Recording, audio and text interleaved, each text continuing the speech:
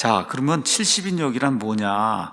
먼저 여러분에게 답변을 먼저 드리겠습니다. 70인역은 보통 주 예수님 탄생 이전에 주전 200년, 주전 250년 하여튼 이전에 72명의 유대인 학자들이 그리스어로 번역한 구약 성경으로 이제 알려져 있는데 실제로는 누군가 상상 속에서 꾸며낸 허구의 작품이다. 이게 이제 답변입니다. 답변. 자, 먼저 제가 위키백과에 있는 내용을 여러분에게 그대로 이제 전달하겠습니다.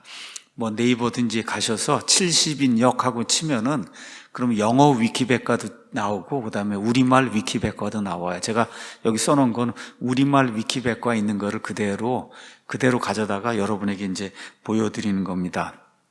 가서 보니까 라틴어로는 이제 septuaginta, 이거는 70을 의미한다. L이 50, X가 10 해서 70을 이야기한다. 그 다음에 이제 두 번째 뭐라고 얘기하냐. 현존하는 구약 성경 번역판 중 가장 오래된 판본 가운데 하나다.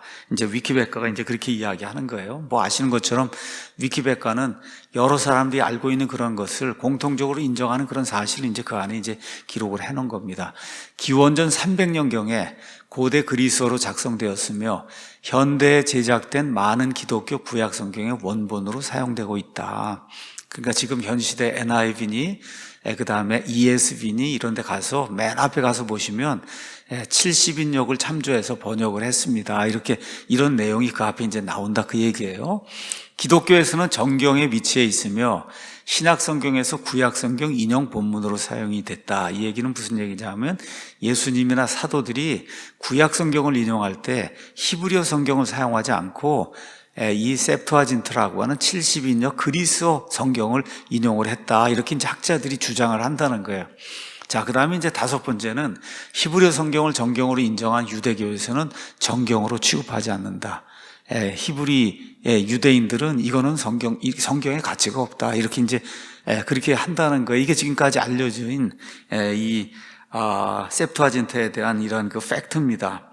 자, 그 다음에 이제 가서 보니까 전통적으로 70인역으로 편집된 내용은 히브리어, 아람어로 작성된 구약 성경의 헬라어 번역뿐만 아니라 구약 성경에서 제외된 문서 가운데 유대인에 의해서 작성된 문서로 기원전 2세기에서 기원 후 1세기 사이에 완성된 오늘날 외경 및 위경 등으로 분류되는 문서들이 포함되어 있다. 그러니까 여기 septuaginta 70인역 안에는 우리 기독교인들이나 유대인들이 정경으로 인정하지 않는 외경과 위경이 이 안에 다 들어있다는 거예요. 그러니까 로마 가톨릭 교회 외경, 위경이 다 어디서 왔느냐 그렇게 물으면 70인역에서 왔다. 그렇게 대답하면 된다는 거예요.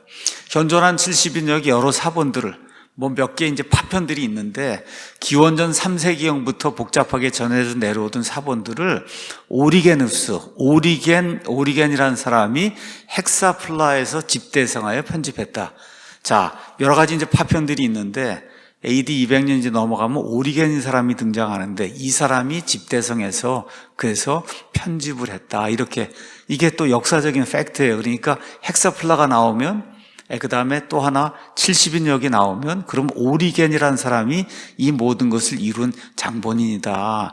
이게 그냥 역사적으로 사람들이 이야기하는 그런 팩트라는 거예요. 자, 신약 성경의 내용에는 구약 성경에 해당되는 성경 구절을 인용할 때 이 70인역이 사용되는 경우가 많다. 이건 학자들이 이렇게 주장을 하는 겁니다. 신약 성경의 여러 서신서의 저자로 일컬어진 사도 바울도 일부 70인역을 인용한 것으로 여겨지며 제롬 제가 이야기했죠. 부패한 라틴어 성경을 만든 우리 영어식으로는 제롬이고 그 다음에 여러분이 네이버나 이런 거 찾을 땐 히에로니무스 이렇게 이제 찾아야 된다 그랬어요. 또한 구약 성경 번역에 이것을 참조했다. 그러니까 제롬의 라틴어 성경은 구약 성경 이 부분의 많은 부분이 70인역에 의해서 부패가 됐다. 이렇게 이제 이해를 하시면 된다는 거예요. 자, 그 다음에가 중요해요. 히브리어를 아는 자가 거의 없었기 때문에 70인역이 기묘히 사용되었을 것이다. 왜 70인역을 사용했냐? 고대의 히브리어를 아는 이러한 그 이방인들이 없었기 때문에 그래서 어쩔 수 없이 그리스어는 많이 알고 있고 하니까 히브리어 성경은 볼 수가 없고 근데 이건 번역을 해야 된다 생각하니까 자기들이 입수한다고 할 수 있는 이 오리겐이 만들어 놓은 헥사플라에 들어있는 이 70인역, 이거를 기묘하게 사용했다. 이것도 다 알려져 있는 팩트라는 거예요. 자, 그 다음에 이제 또 중요한 것이 있어요. 가장 오래된 70인역의 사본은 파피루스의 일부 단편이 존재한다.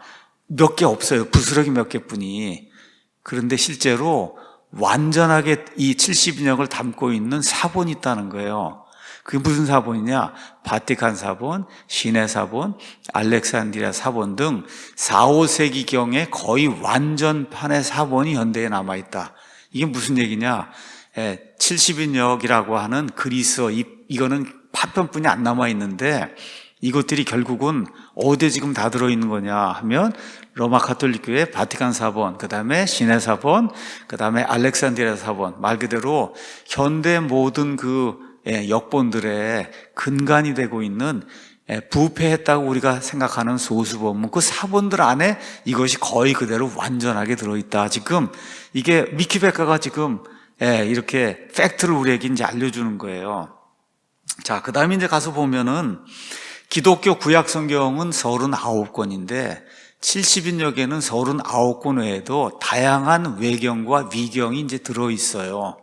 70인역 성경 목록은 명확하게 통일된 형태로 정해진 것이 없고 기독교 종파마다 교회마다 제각각 이 위경과 그 다음에 외경에 이와 같은 그 분류가 이제 다르다. 자, 아래는 초대교회 당시에 70인역 성경 목록이다. 이렇게 이제 위키백과가 이제 우리에게 이야기를 하고 있습니다.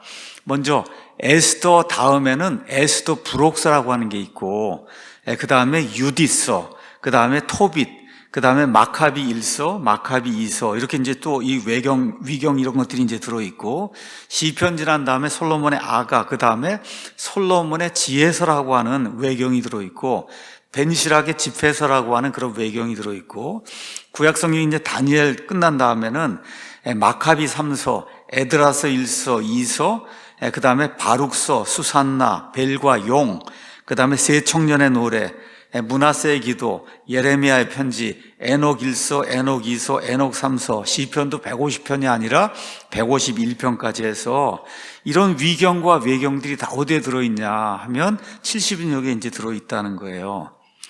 저와 여러분이 기억해야 될 것이 우리 기독교는 구약 39권만 믿는데 천주교회는 구약 성경이 52에서 53권이라고 이야기를 해요. 52에서 53권.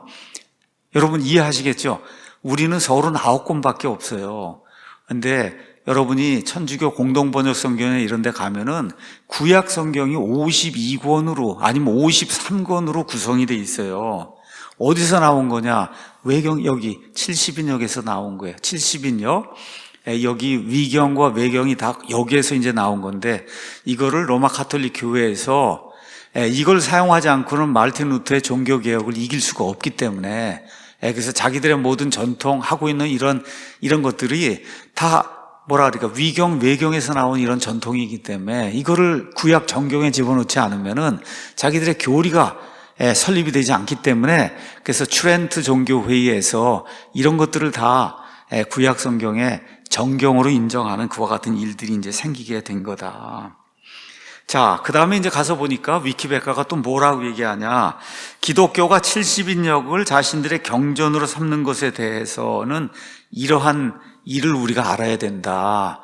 자, 어떤 일이 있었냐면 1세기 말 예루살렘 성전이 이제 파괴가 됐잖아요. AD 70년경에. 유일하게 남은 유대 종교의 파가 있었는데 그게 바리새파라는 거예요. 이 사람들이 주후 90년경에 새로운 바리새파식 유대교를 규정하는 얌리아 회의, 어떤 사람들은 야분의 회의라고 얘기하는데 얌리아 회의를 열어갖고 히브리어 사본이 없거나 헬레니즘 영향이 두드러진 문서는 이건 정경이 아니다. 이렇게 해서 이런 것들을 배제해서 이것이 현재 마소라 본문의 범위를 결정했다. 그러니까 지금 우리가 왜 39권만 정경이라고 이야기하느냐. 유대인들이 이 39권만이 정경이고 나머지는 히브리어 이런 그 사본도 없고 나머지 이 위경이나 외경들은 그리스 헬레니즘 영향이 너무나 많이 들어갔기 때문에 이거는 히브리어 성경이라고 우리가 용인할 수가 없습니다. 이 회의를 거쳐서 그래서 히브리 사람들은 서울은 9권만 정경으로 인정하고, 그 다음에 마르틴 루터는 구약 성경을 이걸 이제 바탕으로 해서 히브리어 및 아람어 사본인 그 마소라 본문만을 구약 성경 본문으로 채택을 했고, 마르틴 루터뿐만 아니라 종교개혁 시대의 모든 개혁자들이 오직 히브리어 사본, 이것이 있는 것, 이것만을 구약 성경 그런 그 사본으로 인정을 해서, 그래서 우리 기독교는 구약 성경이 39권이 되는 거고, 유대교도 39권이 되는 거고, 지금식으로 얘기하면, 그 다음에 로마 카톨릭 교회는 위경과 외경을 넣지 않으면 카톨릭 교회 교리가 성립이 안 되기 때문에 70력에 들어있는 이런 모든 것들을 그 안에 이제 집어넣게 된 거다. 자, 여기까지가 위키백과가 이야기하는 그냥 보통 사람들이 공통적으로 인정하는 팩트예요. 여기까지가.